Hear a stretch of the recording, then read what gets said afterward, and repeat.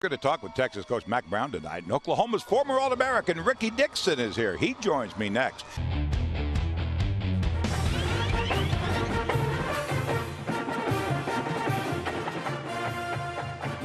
There was a poll on some website taking votes on who is Oklahoma's greatest All-American, former Texas coach and Oklahoma defensive back Darrell Royal or Ricky Dixon, and Ricky Dixon won. Ricky, how many times did you vote for yourself on that poll? Well, no, I didn't never know that voting was taking place. Ricky played, incidentally, on those great Oklahoma teams in the mid-'80s, the school's first Jim Thorpe winners, the best defensive back in the country in '87. Did you ever think playing on those great Switzer teams back then that you would be watching an Oklahoma team that throws the ball 35 to 40 times a game? Well, no, sometimes, time change and different era take place. Matter of fact, Barry was in a change when we had Troy Aikman. Troy Aikman went down.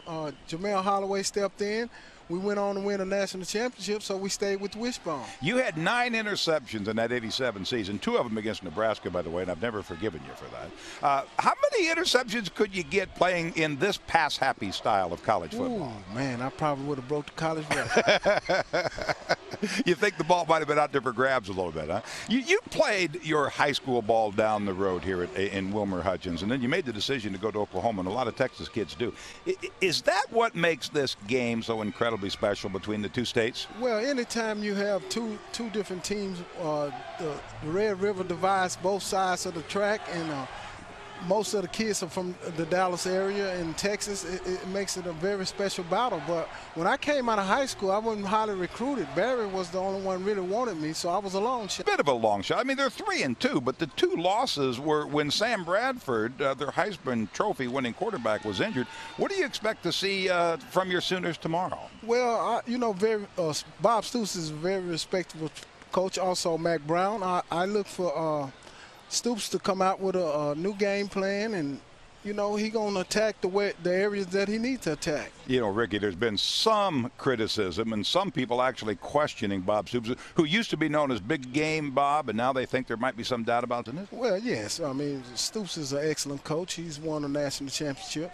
But people don't really realize each and every year people expect the University of Oklahoma and University of Texas to compete for a national championship. And sometimes you got to have a rebuilding year. Just like the season has changed, the leaves starting to fall. Sometimes you have to fall and regroup, plant a new seed, and come back out. Ricky, you've done a marvelous job after your college and NFL career with the teaching and now the motivational speaking. It's great to see you again. It really Thank you. And I still don't forgive you for the 2 interceptions in '87 against Nebraska.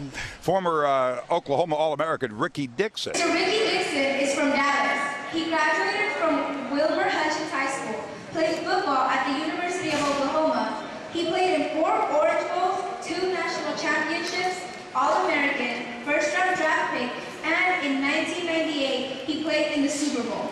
He is here to tell you his testimony and to motivate and inspire you to overcome any obstacle. Please join me in welcoming Mr. Ricky Dixon. Thank you. I'm proud to be here and give you a story about my life, and I had to overcome so many different obstacles. It's a long shot. Here is hope. Turn the lights up. Here is hope for anyone without a dream, for those who are going through life without any direction or purpose. Before we can go anywhere, we must know what hope, direction, and purpose is. Hope is to have a desire for something with an expectation of fulfillment, of something to hope for. Let me give you some examples. This morning I woke up, I had a hope and a desire for something. I had a hope and a desire for some Captain Crunch. See, I had an appetite. I had a craving. Example number 2, I see that each and every one of you have a hope and a desire to have a pair of Air Force Ones or Michael Jordan tennis shoes. See, that's your hope. My name is David Evans. I'm a retired school teacher here at Adamson. And I tell you what, it was a wonderful presentation. One of the things is finally get to see who Ricky Dixon really is. And all those years you played at Oklahoma, I was watching. And even when you went to Cincinnati, I was still watching. What you showed the kids today is how you can come from your background and make it through college, make it into the pros, and still be the kind of person that you are, still trying to do more, is what these kids need. The highlights, the films, everything, it caught their attention and it gave them something that they can relate to. So I think that the presentation that you did today is going to help these students quite a lot. A lot of times these kids, they don't like to pay attention to speakers, but you had them captured, you had a captivated audience, and I think you did a wonderful job, and these kids are going to be better for you. Your expectation is for your parents to buy them. Your fulfillment is to put them on your feet. Example number 3, I see that each and every one of you would love to have a car with some of them big old 26s on it. See, that's your hope and your desire. Now, each and every one of you should have the same appetite that I had for the Cheerios, tennis shoes, we have for the big old wheels and the bling bling for something that he or she would like to accomplish in life. Hope.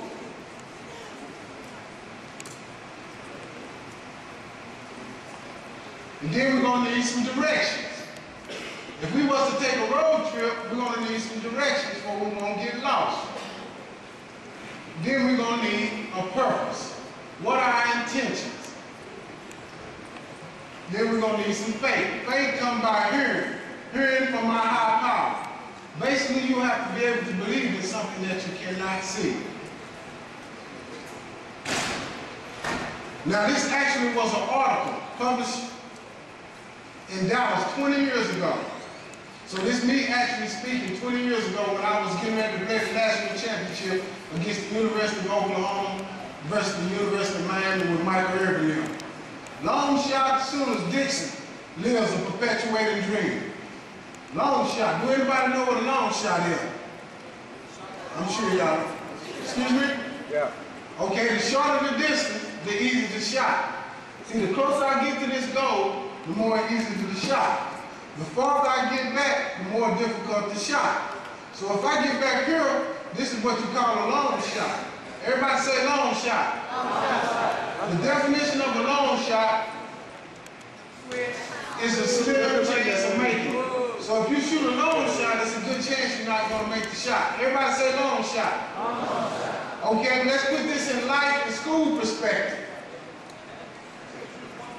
See, if you make A's and B's in life, it's a good chance you're going to make the shot in life.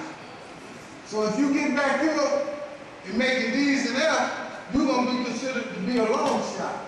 That's what I was. You don't want to be a long shot.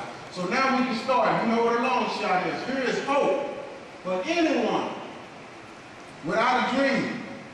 For those who are blowing through life without any direction or purpose. I want you to look to your neighbor or ask yourself, are you blowing through life without any direction or purpose? Look, okay? Here's old Ray. We got old Ray blowing through life without any direction or purpose. Do you know anybody that's going through life without any direction or purpose? We got old Ray right here, sagging in his jeans, his hat turned to the back. See, that's old Ray sagging, going through life without any direction or purpose. No hope. Hands on the ground, hands on the ground. Old Ray.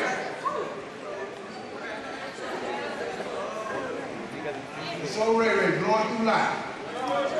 And for all those who are slouching in the back of the classrooms with your head turned to the side, just so, waiting on the lunch bell to ring, for the ones in the area with nowhere to go. For anyone who's ever been told that they did not have a chance for you, I am Ricky Dixon, the kid from Oak Cliff, William Hudson High School, who once hooked up with this here today and whatever with tomorrow's life. Dixon was feeling all right. I was staying in one of Miami Beach's finest hotels. I was a member of the #1 ranked Oklahoma Sooners that was playing that Friday night before 80,000 people in the national television audience. And yes, Ricky Dixon did have tomorrow. You may recognize the name. I was the starting free safety for the University of Oklahoma. I was first team All-American, first team All-Big 8. I was one of the 10 nominees that year for the Jim Thorpe Award given to the nation's top defensive back. And by the way, I did win that award. See, you all will know who this guy is. That's Deion Sanders, the famous Deion Sanders. I beat Deion Sanders out his junior year for the best defensive back in America. That's right, Dixon, who led Oklahoma with 8 interceptions, fell one shot of tying a career record of 10. It was my interception that year against Texas that turned the game into another Sooner washout. Fine. But 5 years before that, I was prohibited favorite to failure. Why? Because I cheated myself out of high school. Back then, I went through high school without a goal, without a dream. I grew up in Oak Cliff, where kids were forced to grow up in the area. My dad died when I was still in Pampers. My mother, Lily B. Dixon, was left to raise 5 kids in a non-modest 3-bedroom home on a Holland Park house-made salary. See, there was never any pressure on me to do well in school. When I came home, my mom was working. When I got up, she was sleeping. So I went all the way through school, just going through the month. If I pull my pants up and straighten my head up and ask for help, I have a good chance of making it. And when it came time for life after high school, the recruiters wasn't knocking down the stellar athlete's door. Stellar means star. Only had one shot, the University of Oklahoma. You don't recruit a bunch like him, says Oklahoma coach Barry Swisher. You have a sack full of kids. I was at a time in my life this morning that we don't see a lot of positive. And this morning I came in, I thought you had the clearest examples. You had visuals, your language was concise, clear, and spoke to the kids. I loved the kid you had on the stage because you spoke to our kids. You were the right person. I thought your tears, you made me cry. They were real. It was a genuine story. There was nothing fake about you. Like this, you would be out of business. Now, you all don't know who Barry is. Barry is one of the winningest coaches in college football history. One of the only 2 coaches to win the national championship and also win the Super Bowl. I'm going to show you a slide where Barry received the Super Bowl trophy when he was coaching the Dallas Cowboys. It gave me a new perspective on life, on where I should go and make the changes that I need to change. So he did a live video. He's going to say 3 key things I want you all to remember. When he first saw me, I didn't pass the eye test. Ray. I didn't pass the eye test. When he introduced me to the team at the University of Oklahoma, they thought I was a reject or a walk-on. Dixon was not what colleges like to call a predictor. See, my test scores and grades did not indicate that I was college graduate material. If I was a high school senior today, I'd be a Proposition 48, a 25 scholarship limited casualty, meaning schools would be no longer able to gamble on scholastic long shots like me anymore. Or for some, there were no pass, no play incentives back then. I say, if it had not been for the University of Oklahoma, I probably would have been working in a warehouse or doing some construction or something like that. All this passed before me October the 10th when the Sooners bus rolled into the Cotton Bowl. See, they're outside in the parking lot with my high school running buddy. Let me tell you one thing. It was very inspirational to see how he captivated the audience. A group of teenagers that we brought down on that career day, and he came and spoke to a crowd about 200 or 300 students that day in the auditorium. And it was really inspirational for me too, to hear the story that he has, that he's sharing with people, especially these youth, and try to get them on the right track. Okay. Outside parking cars, just as we used to do when we used to do almost anything to make a few bucks. See, they was on the outside wishing they was in, and we was going inside the Cotton Bowl thinking the high power every step of the way. Thank you, thank you, thank you, thank you. See, that was my posse. See, they was on the outside wishing they was in. That was my posse. That was my entourage. Have you ever been at home dancing, doing the Frankie, or whatever dance you do, and you hear a voice comes over the earth and give a shout out? Well, I love my posse so much, I gave a shout out to him on national television after I picked out 2 interceptions in the game. See, that was my posse, that was my entourage. That was my cuddy-cuddies. Now, let me show you where they are today. Where are they now? That's special K in prison for life. BT, in and out of New Sturgis, Dallas jail system. Alley cat dead. See, one of my most difficult tasks on my journey was to separate from my posse. There will become a day when each and every one of you will eventually have to be able to separate from whatever has a hold on you all that is keeping you off from going forward. It can be something in your community, or something in your environment, or it can be something in your family has been to prison and society said that you're going to prison. Or it can be someone in your family has never been to college and society said you're not going to college. But that's not true, because the high power said he would give you the desires of your heart. I thought that your motivation speech was very inspiring. It was very eye-opening to the students. It was a wonderful story, wonderful testimony. It inspired me as a teacher. So I just want to say thank you. Thank you for coming, and just thank you for being obedient to the ministry and just sharing your story, because a lot of students have never heard a story. So awesome. That was very awesome. Kind of teared me up just to hear your struggles and how God has brought you through it. You can believe that you can receive. In other words, what did T.I. say? You can have whatever you like. I was very young at the time and never thought about being on my own. Never had any goals and never had any dreams. And when I got my chance with the University of Oklahoma, people told me that I would red shirt or flunk out. It never happened. I was a living exception to those unfortunate college predictors. When he got here, said Assistant Coach Mary Johnson, something turned his lights on. We never seen a kid come so far for what we thought could have happened. So when I got out of Oak Cliff, when I got out the hood, something turned my lights on. When I got to college. So that means I went all the way through elementary, intermediate, junior high, and high school in complete darkness. But once I was blind, but now I can see. Once I was lost, but now I'm fine. It wasn't easy when I tell my tale, but I look for no sympathy, because my greatest pride is telling you that I was only 8 hours short of a communication degree at the University of Oklahoma, where I entered the doors in complete darkness. See, for 3 years, I went one-on-one every night with a tutor to make up, because I didn't get it when I had the opportunity. See, you can't be afraid to ask for help. You got to swallow your pride. You remember when Barry said that I didn't pass the eye test? See, wherever you go in life, you're going to have to report to someone. So when I got to the University of Oklahoma, I had to report to Barry Swisher. But when I knocked on that door, before I knocked on that door, I made sure that my pants were pulled up. I wasn't sagging. I made sure my hat was straight. Stay with it, Barry Swisher said. People had always told him that he couldn't make it. But see, you all are a computer generation. You have been taught that for virus pop up on their computer to delete. See, I didn't allow what they say to get inside to destroy what was inside of me.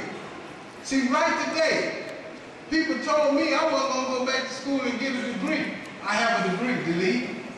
People told me I wasn't going to be certified. Today I'm a certified teacher, delete. You got to learn to delete that mess out your life. Let it go. Come the end of April, Dixon should be one of the top 3, if not the first defensive back taken in the first round. There will be a contract in the $1 million range with a huge signing bonus waiting for him. The results of taking the right path. That's my home. That's the home I built for my mom. And that's my car. That in turn will mean the first new car ever for Little B. Dixon in a new neighborhood for sure. See, my mom, who was a maid, when she used to go to work, rain, sleet, or snow, she would always go to work to provide for her family. She deserved it. And the only thing I wanted her doing this time next year was sweeping her porch. See, that was my mom. But that wasn't the final goal. I want you all to take a look at the screen. Look beyond the screen. There's a track. That track represents the track of life. And that's your parents running the race of life. See, they are trying to provide for you all. See, have you ever been to a track meet, you see a person run, they can run for so long, and then they need to get a baton to someone else. So after she run for so long, she's going to get tired. Now, each one of you kids is a backpack. That's weight. See, when you run a track, you don't need no weight. You want to be light. So each and every one of you represent weight. So your parents are going to get tired one day. See, one day my mom came to me and she said, Ricky, I'm tired. I said, what you mean? She said, I'm tired of running the race. She said, I'm tired of running the race. I said, what you mean? She said, I'm ready to give up. I said, Mom, just hold on. I'm going to go pro and take care of you. See, I remember when Mary said that I was late. The reason why I was late, we was gathering money in order to take the trip. The closer I got to the University of Oklahoma, the more I started to cry. And she looked in the back seat and saw me start to cry. She said, son, you don't have to go. I said, I gotta go. See, my message to you all, if I never would have went to college, I never would have got in position to take the family forward. But that's not the final goal. No matter what, I want that degree. And the only thing that can return me back is something to say. See, I don't want to speak to you all because I have a degree, because I play football. I want to speak to you all because I have a degree. And what can he say? Education is the key. Without an education, they're going to lock you up and lock you out. Now we finna close. Here's a picture of a baseball diamond, Yankee Stadium. We say sports is a metaphor of life. It teaches us how to work hard as an individual within a group concept. Corporate America, Walmart, whatever you belong to. One family, one goal, one destiny. Each team has a dugout. The opposing team has already taken the field. Let's say this is sunset. You are still in the dugout. So you have to get up, get out, and step up to the plate. Stepping up to the plate means taking on the responsibilities of life. Everything in the game of baseball starts out at home. In the game of life, it starts out at home. As you can see, there's a coach on first base. That coach can be that teacher or that preacher. His job is to get you to advance. But they're going to have a pitcher who's going to try to throw you out. You're going to throw a curveball, fastball, slider ball. But in the pitches of life, he's going to try to throw you some drugs. He's going to try to throw you some dope, Section 8, whatever he can to get you back in the dugout. Everybody say, I'm back. I'm back. See, as you continue to run the bases of life, society is going to try to throw you out. You can get around the third and slide in and throw some dust in their face. Luke 8:40 said when he came back, the high power of the crowd was waiting, the prodigal son. So everybody say, I'm back. So when you go out in life, you be successful, you come back home, there's a celebration. But there's one celebration I can't quite understand, and when Ray go to prison in our community, we throw him a party. So that's what we do. So on 3, we're going to say surprise, because Ray went to prison, he's coming back. 1, 2, 3, surprise!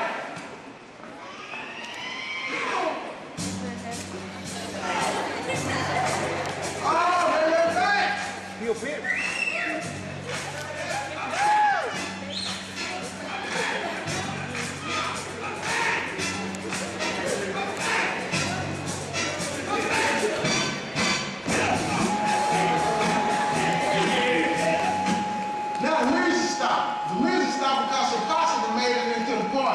Now they go back out in the streets. Ray goes back out in the streets. The next thing you know, Ray is right back in. No. Right back in prison. According to new citizen guidelines such as new 3 strikes you out, a number of young black and Hispanic males are most likely to be in prison of the new scenario in which they are guilty a little bit more of an untreated addiction. Thank you.